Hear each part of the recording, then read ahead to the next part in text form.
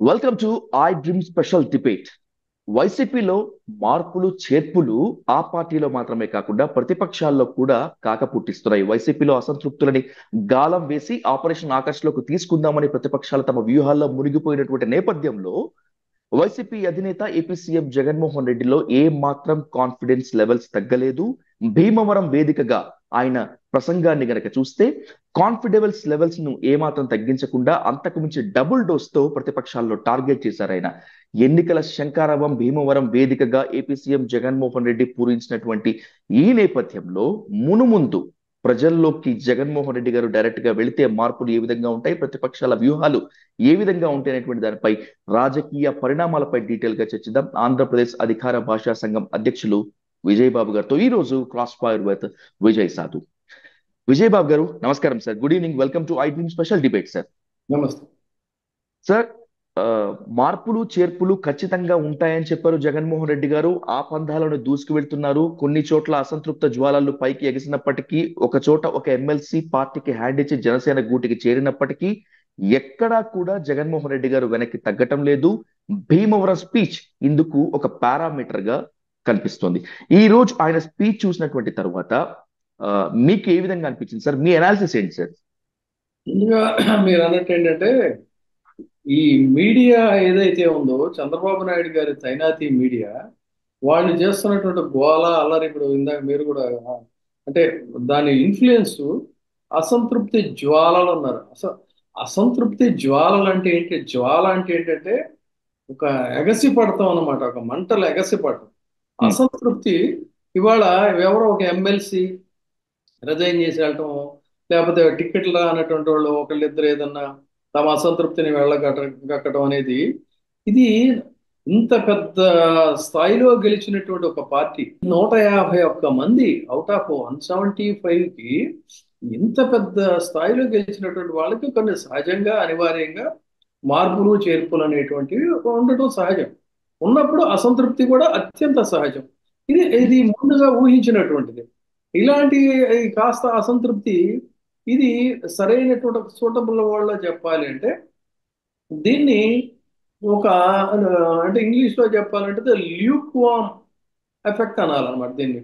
అంటే ఓకే. కేవలం ఒక ల్యూక్ వామ్ అంటే గోరువెచ్చని ఈ వ్యతిరేకత ఏదైతే ఉంటుందో ఆ స్థాయి తప్ప ఇదేదో అసంతృప్తి జ్వాలలాగా ఎట్లా అంటే వాళ్ళ తైనాతి మీడియాలో ఉంది ఏంటంటే మునిగిపోతా ఉందంట కంప్లీట్.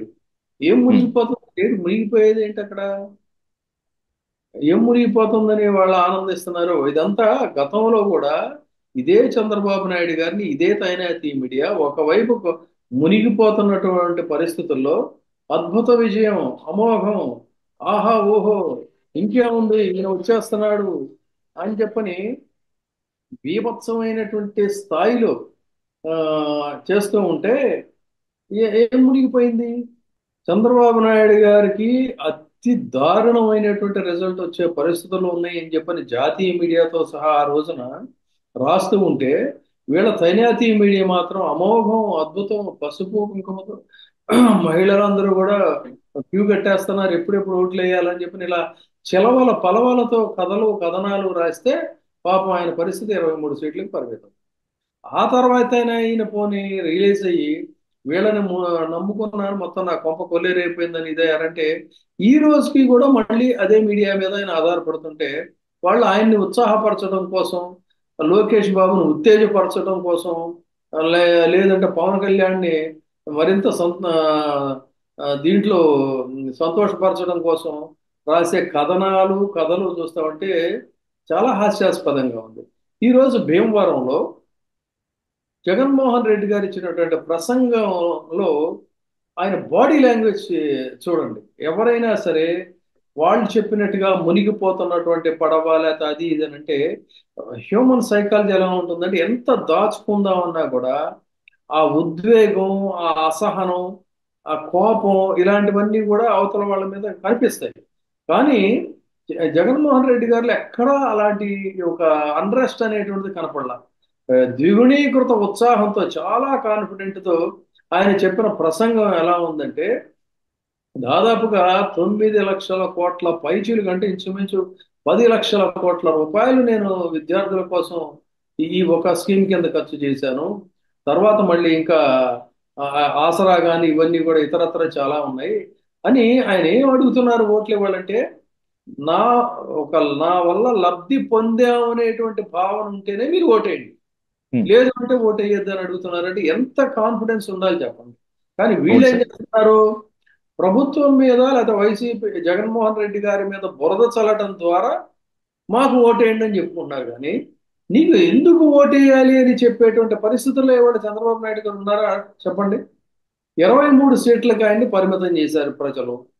23 సీట్లకి పరిమితం చేసిన పరిస్థితుల్లో గతంలో నేను తప్పులు చేశాను, మీరు నా మీద పెట్టినటువంటి నమ్మకాన్ని వమ్ము చేసి నేను మా టీం అందరూ కూడా ప్రతి స్కీములో కూడా మొత్తం అడ్డగోలుగా స్కాములు చేసిన మాట వాస్తవం, ఇది క్షమించండి, మరొకసారి ఇలాంటి పనులు చేయము, కాబట్టి మమ్మల్ని విశ్వసించండి అని చెప్పుకోవాల్సిన తరుణం ఇది. అది వదిలేసేసి జనాలు అవన్నీ కూడా మర్చిపోయారు, వాళ్ళకేమి ఇప్పుడేం గుర్తులేవు కాబట్టి జగన్మోహన్ రెడ్డి గారిని చిలవల పొలవలు సృష్టించి కథలు కథనాలతో విమర్శిస్తే వాళ్ళకి ఓట్లు జలజల రాలుతాయా? ఉమ్, ఒక రేషనల్ థింకింగ్ అనేది ఉండాలి కదా, ఒక హేతుబద్ధత ఉండాలి కదా వాళ్ళు మాట్లాడేటప్పుడు. కాబట్టి ఆ, ఈ మార్పులు చేర్పుల విషయానికి వద్దాం. అవును, తెలుగుదేశం పార్టీలో గతంలో టిక్కెట్లు ఇచ్చినప్పుడు మార్పులు చేర్పులు చేయలేదా? నియోజకవర్గాల మార్పుల గురించి వీళ్ళు బుద్ధి జ్ఞానం లేకుండా మాట్లాడుతున్నారు లోకేష్తో సహా. మరి ఆ, ఆ చెత్తని తీసుకొచ్చి ఇక్కడ ఇంకో చెత్త, వేరే చోట చెత్త వేయటం అని చెప్పని చెత్త మాటలన్నీ మాట్లాడాడు కదా లోకేష్. ఈ చెత్త మాటలు మాట్లాడేటప్పుడు ఈ చెత్త ఎక్కడి నుంచి వచ్చింది చెప్పమనండి. ఆ ఉమ్, చెత్త మంగళగిరిలో పుట్టి పెరిగిన చెత్త కాదు కదా, మంగళగిరికి సంబంధించిన చెత్త కాదుగా. హైదరాబాద్ నుంచి వచ్చి నువ్వు మంగళగిరిలో నువ్వు పోటీ చేసావు. అది మంగళగిరో తెలియదు, మంగళగిరో తెలియదు, మంగళగిరో తెలియదు అనేక సార్లు చెప్పుకున్నాం మనం. అక్కడ పోటీ చేసిన పరిస్థితి. చంద్రగిరి నియోజకవర్గం దగ్గర నుంచి కుప్పంకి వెళ్ళినటువంటి పరిస్థితి చంద్రబాబు నాయుడు గారు. మరి ఆయన్ని కూడా ఆయన తిట్టినట్టే కదా, వాళ్ళ అబ్బాయి సుపుత్రుడు ఉమ్, గంటా శ్రీనివాస్ లాంటి వాళ్ళు నియోజకవర్గాలు చాలా మార్చారు. ఒకళ్ళు కాదు, ఒకళ్ళేంటి, అనేక మంది నియోజకవర్గాల మార్పు అనేటువంటిది సహజం. టిక్కెట్లు ఇవ్వకపోవడం సహజం, వాళ్ళు అసంతృప్తి చెందడం సహజం. తదనంతర కాలంలో కూడా ఇంకొక మాట చెప్తా, మంత్రివర్గ విస్తరణలో బోండా ఉమాకి మంత్రి పదవి ఇవ్వలేదని బోండా ఉమా మీడియా ముఖంగా వచ్చి ఎంత ఆవేశాన్ని, ఆగ్రహాన్ని, ఆక్రోశాన్ని వెలిబుచ్చిన సంగతి తెలియదా? ఆ ఉమ్. రోజు దాన్ని ఈ తైనాతి మీడియా టోన్ డౌన్ చేసింది.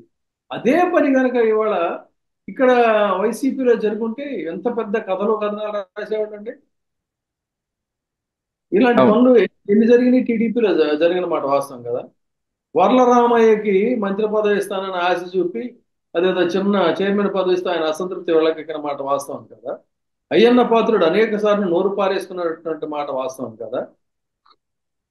ఇలా ఎంతమంది ఎన్ని పాత వ్యవహారాలని చెప్పుకుంటూ పోతారు. కాబట్టి ఉమ్, వీళ్ళ పని ఏంటంటే ఇక్కడ రంధ్రాన్వేషణ చేసే పరిస్థితి, కానీ ఇక్కడ గమనించాల్సింది ఏంటంటే చాలా శాస్త్రీయంగా హేతుబద్ధంగా నియోజకవర్గాల్లో గెలుపు గుర్రాల అని ఎంపిక చేయటం అనేటువంటి కసరత్తు శాస్త్రీయంగా జరుగుతుంది చెప్పాలన్నట్లయితే. కాబట్టి ఉమ్. ఇందులో ఆయన ఏమాత్రం కూడా చెలించేది లేదు. అసంతృప్తులు అనేటువంటి వాటిని ఊహించినటువంటి పరిస్థితే, వాళ్లే తర్వాత సద్దుమణిగేటువంటి పరిస్థితి వస్తుంది. ఇక కొంతమందిని పెద్ద పట్టించుకోవాల్సిన అవసరం లేదు, ఆల్రెడీ వెళ్ళిపోవాల్సినటువంటి వాళ్ళు వెళ్ళిపోయారు. ఇంకా మహా ఒకవేళ అలాంటి పరిస్థితులు ఉన్నా కూడా దాని ప్రభావం ఈ పార్టీ మీద ఉండేది ల్యూకవామ్ ఎఫెక్టే తప్ప పెద్ద డ్యామేజ్ అయ్యే పరిస్థితి ఉండదు అనేది మనం స్పష్టంగా చెప్పుకోవచ్చు. సార్, కానీ ఈ సాధారణంగా అధికార పార్టీ నుంచి ఎవరైనా కూడా వెళ్ళిపోతే అధినేతలు కాస్త అసంతృప్తో లేకపోతే ఆగ్రహమో కనిపిస్తుంది. ఇప్పుడు వైసీపీ ఎమ్మెల్సీ జనసేన గూటికి చేరిన నేపథ్యంలో భీమవరంకి వచ్చినటువంటి జగన్మోహన్ రెడ్డి గారిలో ఎక్కడా కూడా ఒక లో లెవెల్ కనిపించలేదు. ప్రతిపక్షాలకి అదే స్థాయిలో డోస్ ఇచ్చారు. ఆ రేపు అంటే is this a warning sir? రేపు ఎంతమంది ఉన్నా వెళ్ళిపోయినా కూడా నాకు ప్రజలే బలం, నేను ఇదే స్పీడ్ తో వెళ్ళిపోతాననేటువంటి వార్నింగ్ టోన్ అనుకోవచ్చా సార్?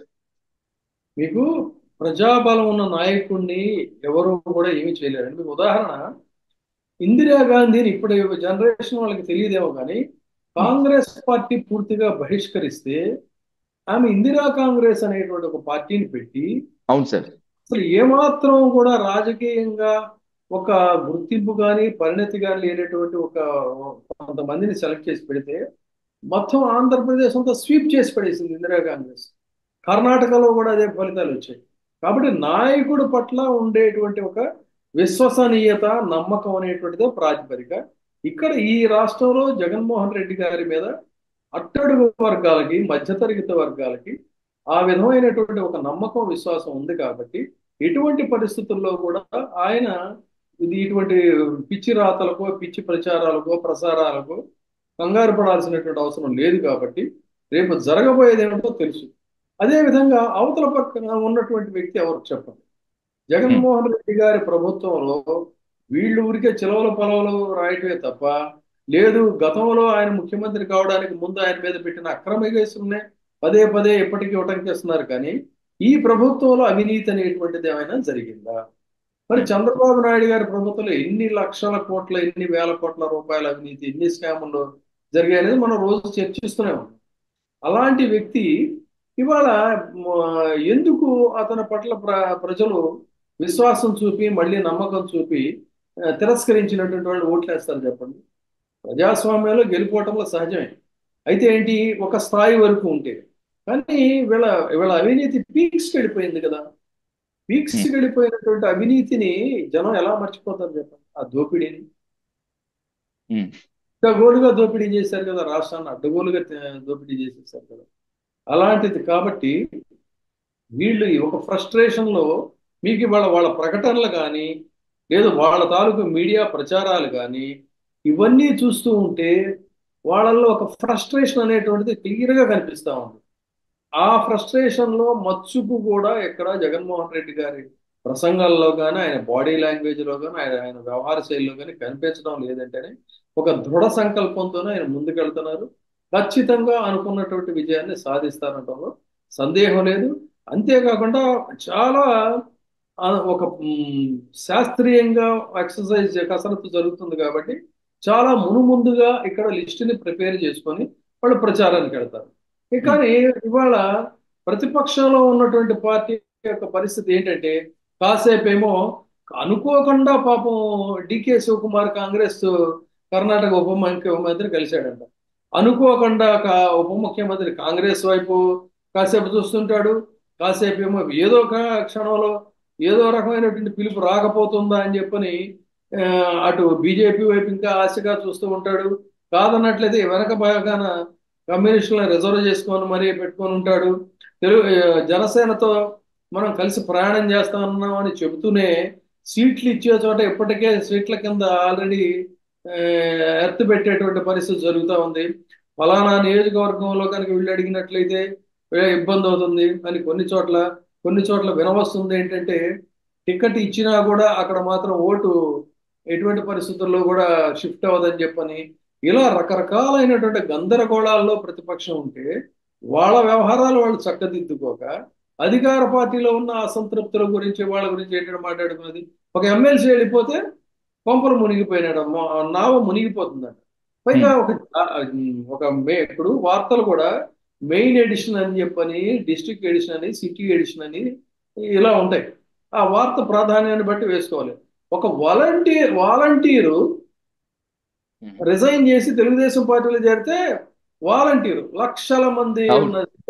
అది చాలా ప్రముఖమైనటువంటి వార్తగా వేస్తాడంటే అది జర్నలిజం అనాలా, దిగజారుడుతనం అనాలా, ఏమనాలి చెప్పండి.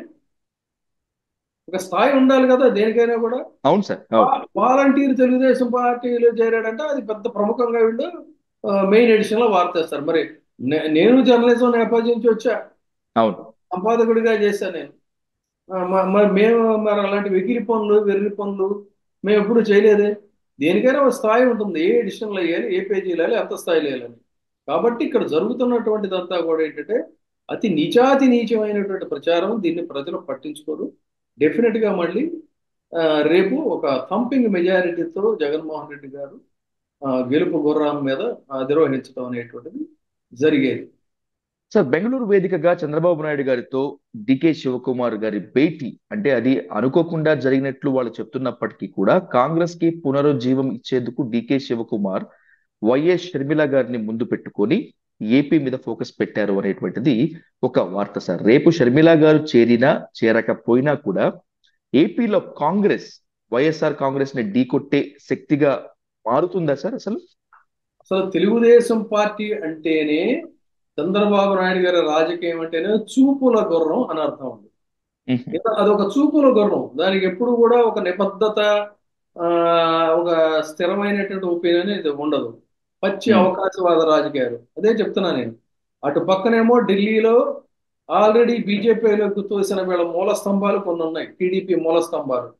ఆ మ్. మూల స్తంభాలేమో నిరంతరంగా అటు అమిత్ షా గారితోనూ ఆ, మోడీ గారితో ఏదో ఒక రోజు పిలుపు రాకపోతుందా అని చెప్పని వాళ్ళ ప్రయత్నాలు వాళ్ళు చేస్తున్నారు.